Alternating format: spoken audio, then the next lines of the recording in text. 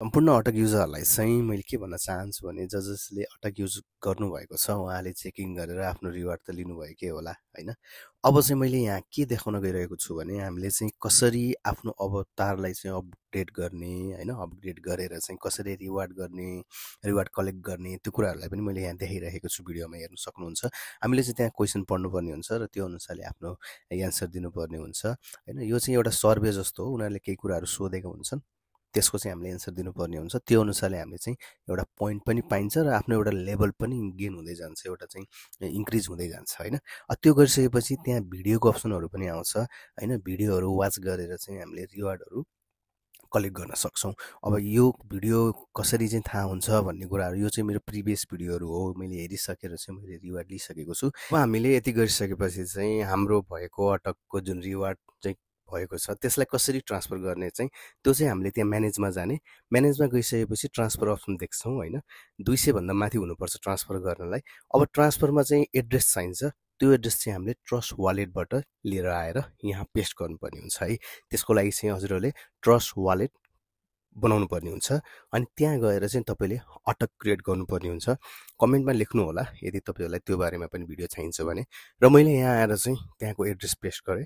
त्यसपछि चाहिँ मेरो कति त्यहाँ फी सहित गरेर 205 चाहिँ अब काट्ने छ। त्यसपछि चाहिँ अब लेप्चा चाहिँ मैले उ गरिसकेपछि अब यो ट्रान्सफर मैले कन्फर्म गरेँ। अब ट्रान्सफर सक्सेसफुली भनेर पनि आइसकेको छ र त्यहाँ मेरो टोटल ब्यालेन्सबाट कट पनि भइसकेको छ। अब हामीले चाहिँ ट्रस्ट वालेटमा गएर चाहिँ हेर्छौँ यो ट्रान्सफर भएर त्यहाँ आयो कि आएन है। यहाँ चाहिँ माइनस भइसकेको छ। अब ट्रस्ट वालेटमा जान्छु र त्यहाँ गएर चाहिँ मेरो अटक टोकन जुन चाहिँ मैले पहिला क्रिएट गरेर राखेको थिएँ त्यहाँ मेरो 1000 थियो होइन। अब 200 आउनुपर्ने हुन्छ। ल आइसकेको पनि छ है। यति सजिलै यति चाँडै आउँछ। त्यो भएको कारणले गर्दाखेरि मेटा र यो ट्रस्ट वालेट हामीले बनायौँ भने अटकको रिवार्ड चाहिँ हामीले पठाउन सक्छौँ। अब कुरा गर्छु म स्वाप गर्ने। अब यो अटक त एउटा टोकन भयो। अब यसलाई हामीले युएसडीमा स्वाप गर्नुपर्ने हुन्छ।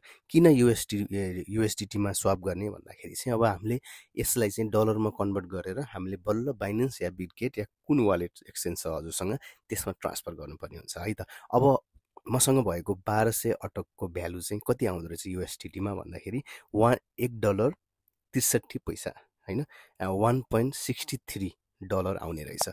अब हामीले लगभग 1480 को हाराहारीमा हामीले अटकको रिवार्ड बनायौँ भने हाम्रो चाहिँ 2 समथिङ 2.5 यस्तै 2 तपाईँको कति 1480 या मैले ट्राई गरिरहेको छु 1400 हान्दाखेरि चाहिँ हाम्रो 1.89 आउने रहेछ र 1450 पनि हानेर मैले ट्राई गरेको थिएँ। त्यो आउँदाखेरि चाहिँ 1.96 आउने रहेछ है त। अब मैले 1480 हान्दाखेरि चाहिँ तपाईँको $2 आएको छ। अब यसलाई स्वाइप गर्नको लागि चाहिँ मैले ट्राई गरेको छु, भिडियोमा हेर्न सक्नुहुन्छ। तर स्वाइप गर्नको लागि चाहिँ हामीलाई BNB एमाउन्ट हुनुपर्ने हुन्छ। त्यो किन लाग्छ त भन्दाखेरि त्यो चाहिँ एउटा फी हो।